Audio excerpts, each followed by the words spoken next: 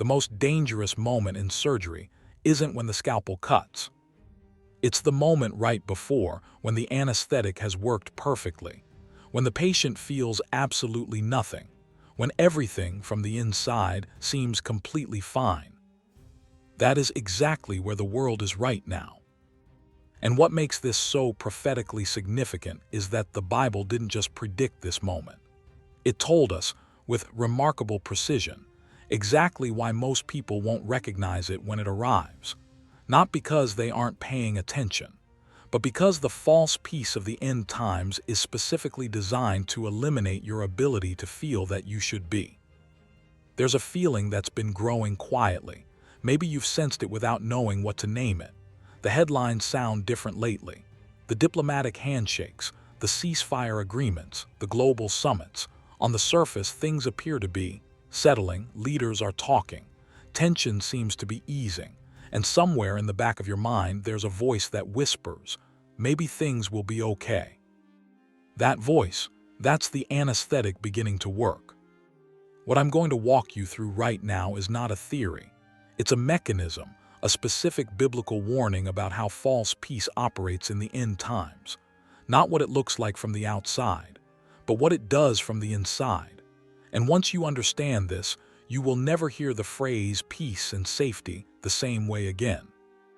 There is a verse almost no one brings up when discussing false peace and end-time signs. It's not in Revelation. It's not in Matthew 24. It's tucked into Daniel 8:25. And it says something that should completely reframe how you understand everything happening right now. By peace he shall destroy many. Read that again slowly, not despite peace, not after peace, by peace. The peace itself is the mechanism, the peace itself is the weapon. Consider what a surgical anesthetic actually does at the cellular level. It doesn't cut anything. It doesn't damage tissue. It simply blocks the sodium channels in your neurons, the very biological pathways that carry danger signals to your brain. The scalpel is still moving. The wound is still opening, but your brain receives no information about it whatsoever. You feel nothing. You are completely calm and completely unaware of what is happening to you. This is the prophetic picture Paul paints in 1 Thessalonians 5:3, when he writes, while people are saying peace and safety, then sudden destruction comes upon them. He isn't describing people who are pretending to feel secure. He's describing people who genuinely feel secure. The anesthetic has worked. Their spiritual sensitivity has been completely blocked. And the Greek word for sudden there, aphneidios, means without previous indication, without warning, without the possibility of preparation. You cannot feel sudden destruction approaching if you cannot feel anything at all. But here's where this end times warning goes somewhere most biblical teaching never reaches.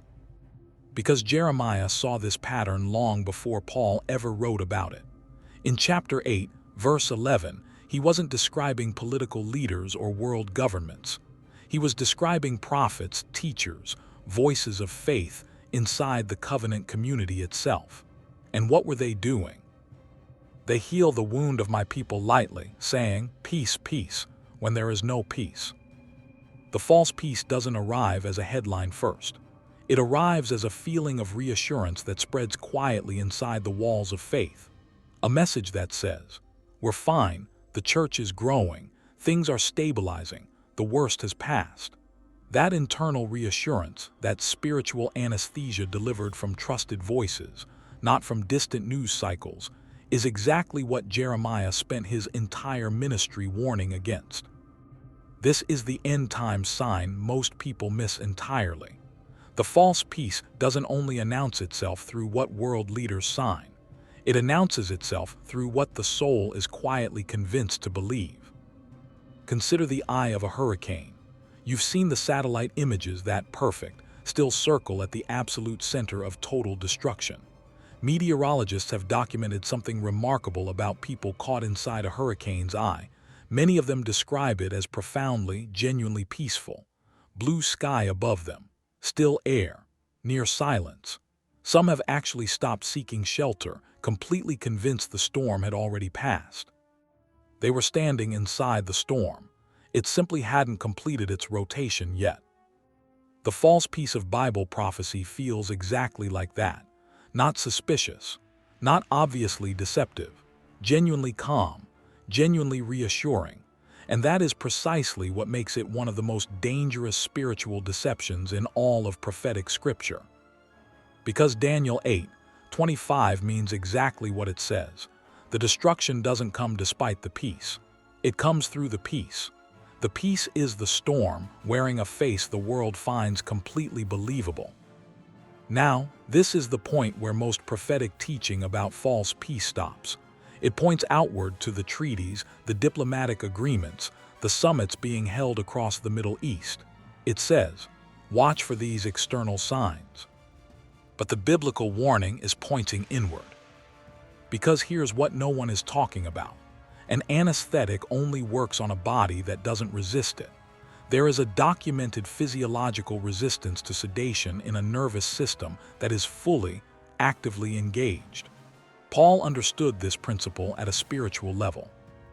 He doesn't simply say, watch out for the Antichrist. He says in verse 6, let us not sleep as others do, but let us watch and be sober. That word sober, nepho in the Greek, means clear-headed, unimpaired, in full possession of one's perceptual faculties. It is the exact opposite of anesthetized. What Paul is describing isn't a theological position. It's a spiritual condition, a state of alertness so active, so maintained, that the numbness simply cannot take hold. And this is where something gets very uncomfortable. Because most spiritual deception doesn't feel like deception. It feels exactly like peace. It feels like things finally making sense. It feels like the exhausting tension of watching end-time signs giving way to something like relief. The relief of thinking maybe it's not as close as we thought. Maybe we can breathe for a while. Maybe the urgency was overstated. That breath, that's the anesthetic doing precisely what it was designed to do. The end times warning in 1 Thessalonians is not that the world will sign a bad agreement. It's that the comfort generated by that agreement, and by everything that leads up to it, will produce a spiritual numbness so total, so natural feeling, so convincingly peaceful. That sudden destruction becomes genuinely, irreversibly surprising. And they shall not escape. 4 words, no qualifications, no exceptions. But here, right here, is where this entire warning turns into something different. Because Paul didn't stop at verse 3, he continued directly, and what he writes next is the part that changes everything.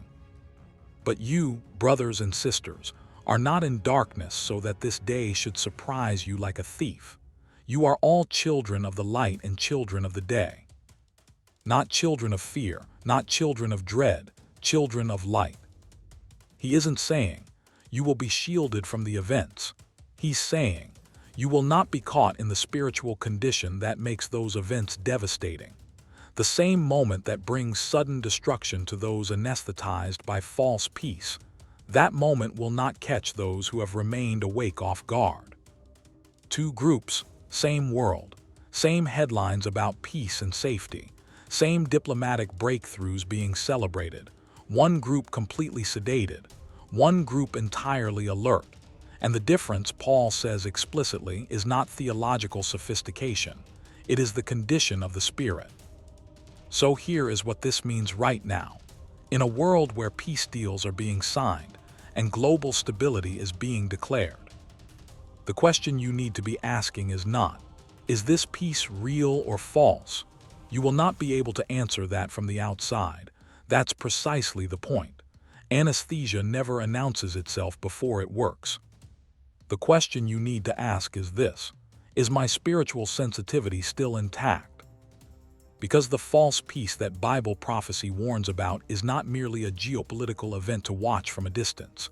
It is a spiritual condition that spreads, and it begins not with the signing of a treaty, but with the slow, painless erosion of urgency inside the soul, with the quiet replacement of watchfulness with comfort, with the convincing of the Spirit day by day that things are fine, that the alarm can be turned down.